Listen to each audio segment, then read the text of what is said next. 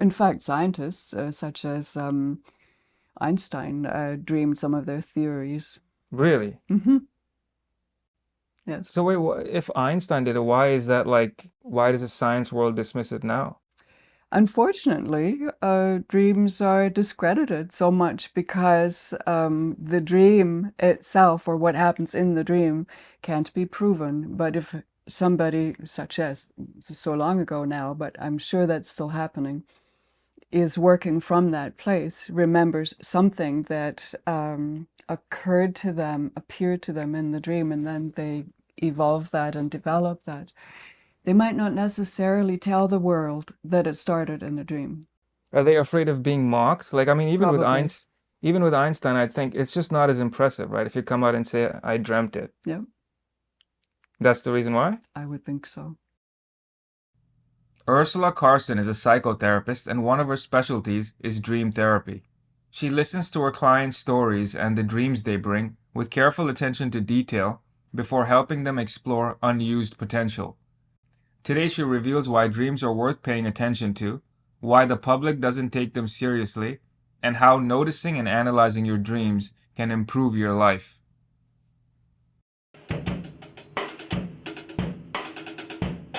First of all, what are dreams? Dreams are uncensored messages from the unconscious, and I'd also say that I say they're the vitamins of the soul and help us, if we pay attention, to wholeness, to healing, to balance during sleep time, whatever gets out of balance during the day. Why do we have them in the first place? That's a great question.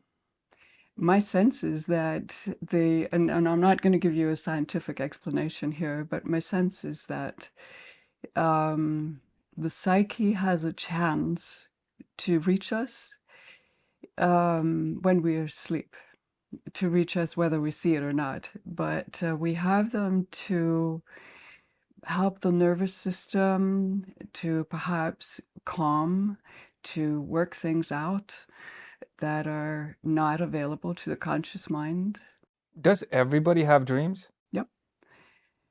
I do believe that everybody does dream, although not everybody remembers their dreams. Why is that? For one thing, that people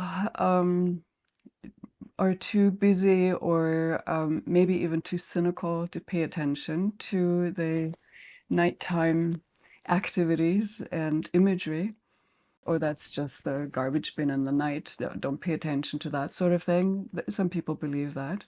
But I think there are a lot of people who actually do want to remember their dreams, and the alarm clock or the to-do list that pops in immediately upon waking may just not give us enough time, and that liminal time between sleeping and waking. People really do. I mean, we all do look at dreams kind of like, like they're in the same realm as voodoo or like astrology and things like that. When once upon a time it seemed like dreams were very, very important and very significant. Why is the cynicism there now?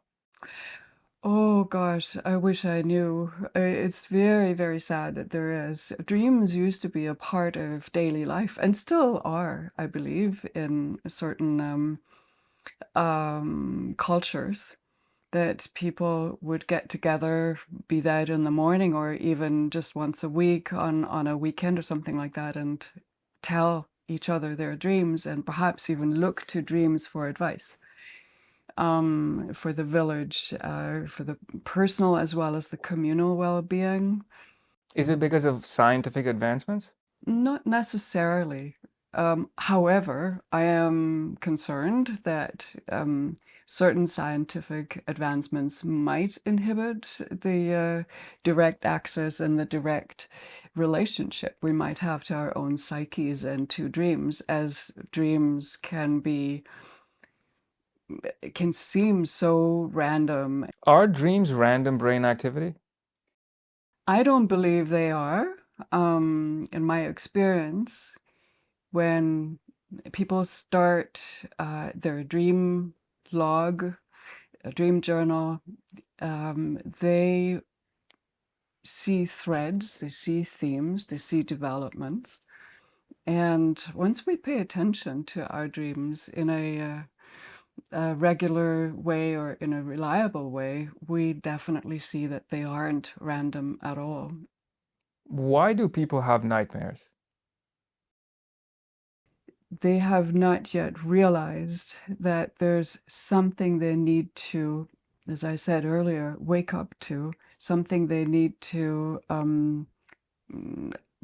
possibly change in their lives, become aware of, be that relational, be that in their own habits, health issues, for instance. The main reason for a nightmare, I would say, is the psyche saying, hey, remember, I'm here and I have something to say to you. Throughout history, dreams were seen as prophetic in literature and, the Bible and everything. It's like a prophecy kind of thing. Is that true? Well, I can't speak for history, but I do see so many different kinds of dreams, and prophetic ones do occur as well. However, we usually know that in hindsight. We can't know that at the time of dreaming. I've had those myself. The prophetic ones? Yeah. I mean, in my own life, I call them precognitive or a pre-knowing. I don't necessarily call them prophetic, but it doesn't matter. It's semantics. Yeah, Like a foreshadowing thing. Sorry? Like a foreshadowing thing. A foreshadowing, a foreknowing of something. And in fact, in my own life, many dreams have enabled me to be at a place at the right time in order to assist somebody or help somebody, family members, for instance. Those kinds of my understanding of those dreams at the time couldn't have been conscious understanding, because in those dreams I just knew I had to leave, I had to go in order to be there for somebody who was gravely ill. And I had no idea that was going on. So these kinds of precognitive and then there are dreams also that are not not prophetic, but they're knowing something that we couldn't possibly know that actually has occurred, like ancestral dreams, for instance. I find those absolutely fascinating. What kind? What do you mean? Again, I'll use my own example here. I have in the past dreamed in languages I don't speak, but my ancestors spoke. And I've got messages through the dreams, and I could thankfully remember the phonetics. So I knew how to write down what I heard and then ask somebody to help me translating. And I never knew these people and I didn't know the language, and yet there were messages coming through from ancestors. And in fact, I found out part of my ancestry only because of my dreams as a young person. I had no idea. But it was like, how do you know that though? Like, what if it Because I was went just to do like, the research. no, I know, but I mean, like, like honestly, people would like when they hear stuff like that, they'd be like, what if you just watched some movie, like a foreign language movie, and something got stuck in your head, and then now you have this message. Oh, that I'm sure also appears. However, the dream could have gone to any old image, to anything, because you might have watched all kinds of movies or YouTubes or read the newspaper or journals. So the dream could have gone to any one of those. Why that particular one? So that's where I say, then if you get an image like that or a dream imperative, let's say, like that, do the research, check out, if there's something so clear as a different language, and it might be a language that has nothing to do with your personal ancestry, but it carries meaning for you at this point. What language was it, by the way? Check. Why aren't dreams generally vivid? Because every person has their own psyche's internal expression. So for some people, black and white might be their vividness. For some people, abstract may be their vividness. So vivid is different from person to person. And some people might dream epics through a night, and some people might just have one word. And that may seem like it's not a vivid dream, and yet it holds volumes of meaning for them over time if they allow themselves to explore what that word actually triggered. In like the movies and in music and all that, there are a lot of references to dreams, and the dream world is always very hazy and foggy, and that's how it's pictured in the movies and all that. Why is that? Because the filmmaker was awake. So while we're in them, they're vivid. Yes. Why has that caught on, by the way? Why is that a thing? Why are like, artists and stuff so fascinated with dreams and just that haziness? That fascination is probably part of their own inspiration, their own knowing that there's got to be more to life than just the battles and the rat race and the billboards of daily life. But I think a lot of artists also credit dreams for, like melodies come to them and then they put them on paper and then they become famous. Absolutely. I completely agree with you.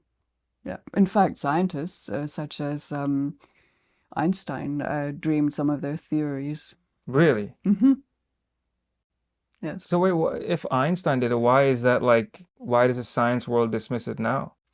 Unfortunately, dreams are discredited so much because the dream itself or what happens in the dream can't be proven. But if somebody, such as this is so long ago now, but I'm sure that's still happening, is working from that place, remembers something that occurred to them, appeared to them in the dream, and then they evolve that and develop that.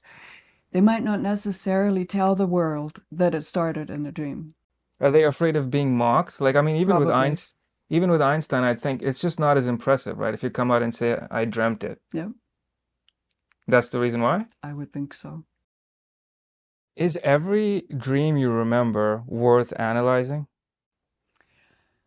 Maybe not. Not every dream is worth analyzing, but every dream is worth noticing. Can I analyze my own dreams? Yeah, absolutely, you can. However, it's not quite the same as analyzing or interpreting or understanding your dreams in the presence of somebody else who has more of an objective presence with you and who can hear things that you might not hear when you're in the middle of yourself.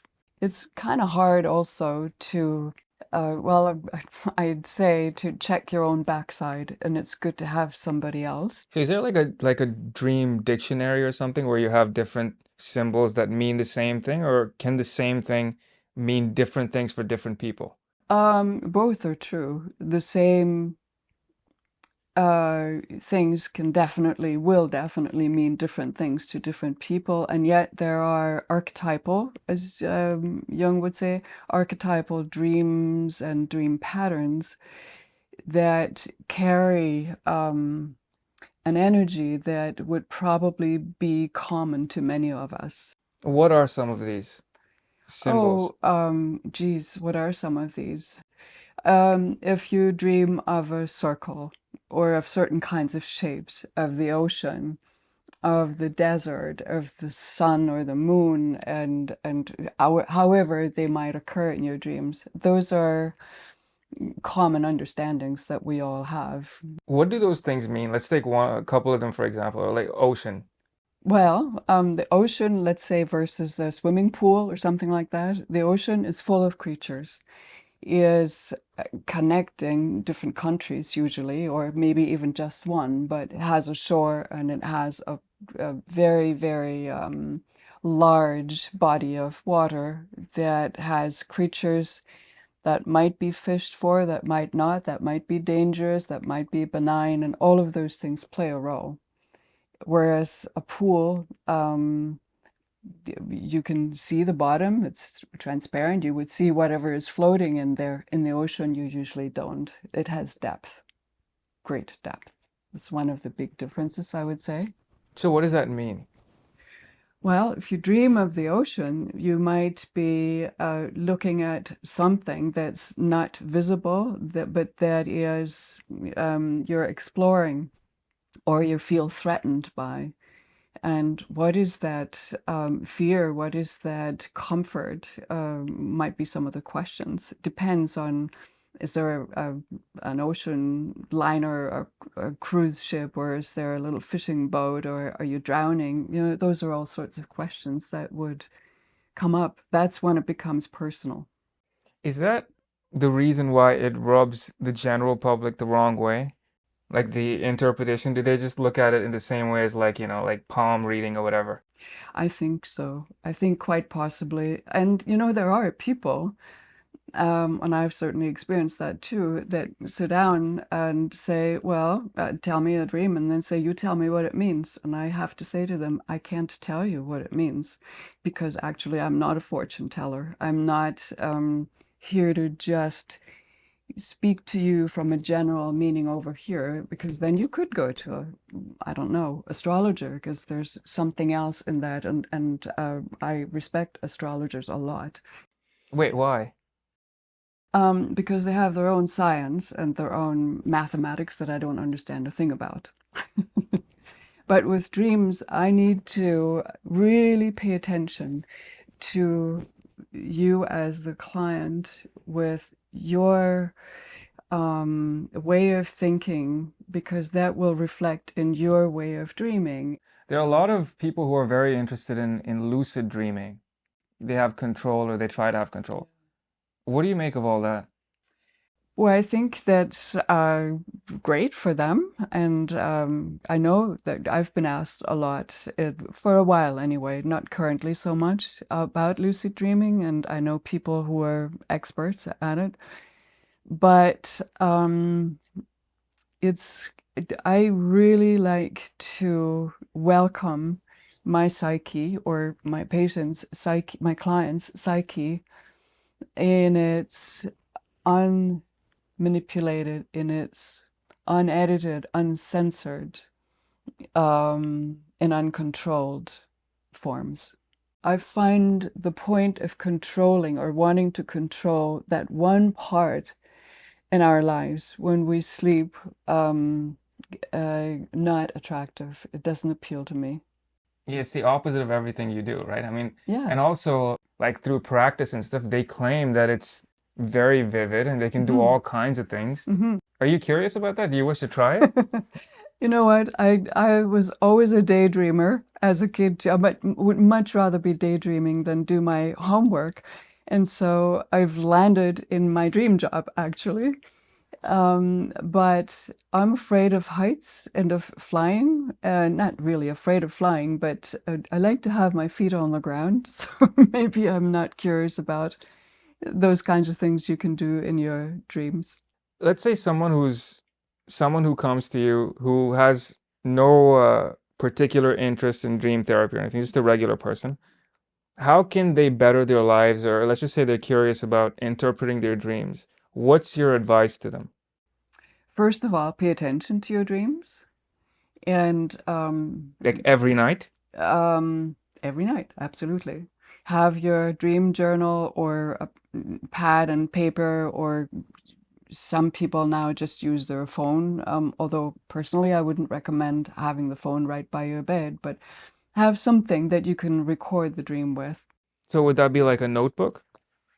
A notebook. Have that near you so that you can, before you get up, reach for that notebook and at least jot down some of the things that you remember from the dream right away. And if you catch some points, it might be easier later when you have more time to then connect the dots and, flesh out what was going on in the dream. That's one thing. Pay attention to your dreams, write them down, and some people paint them or draw them or dance them. In some way, allow yourself to remember the dream, express the dream, write it out, and already the work of transforming has begun the moment you do that. The main thing, my main advice is to respect your dreams, your psyche, to take your dreams seriously. Whether they're silly or serious or nightmares, take them seriously.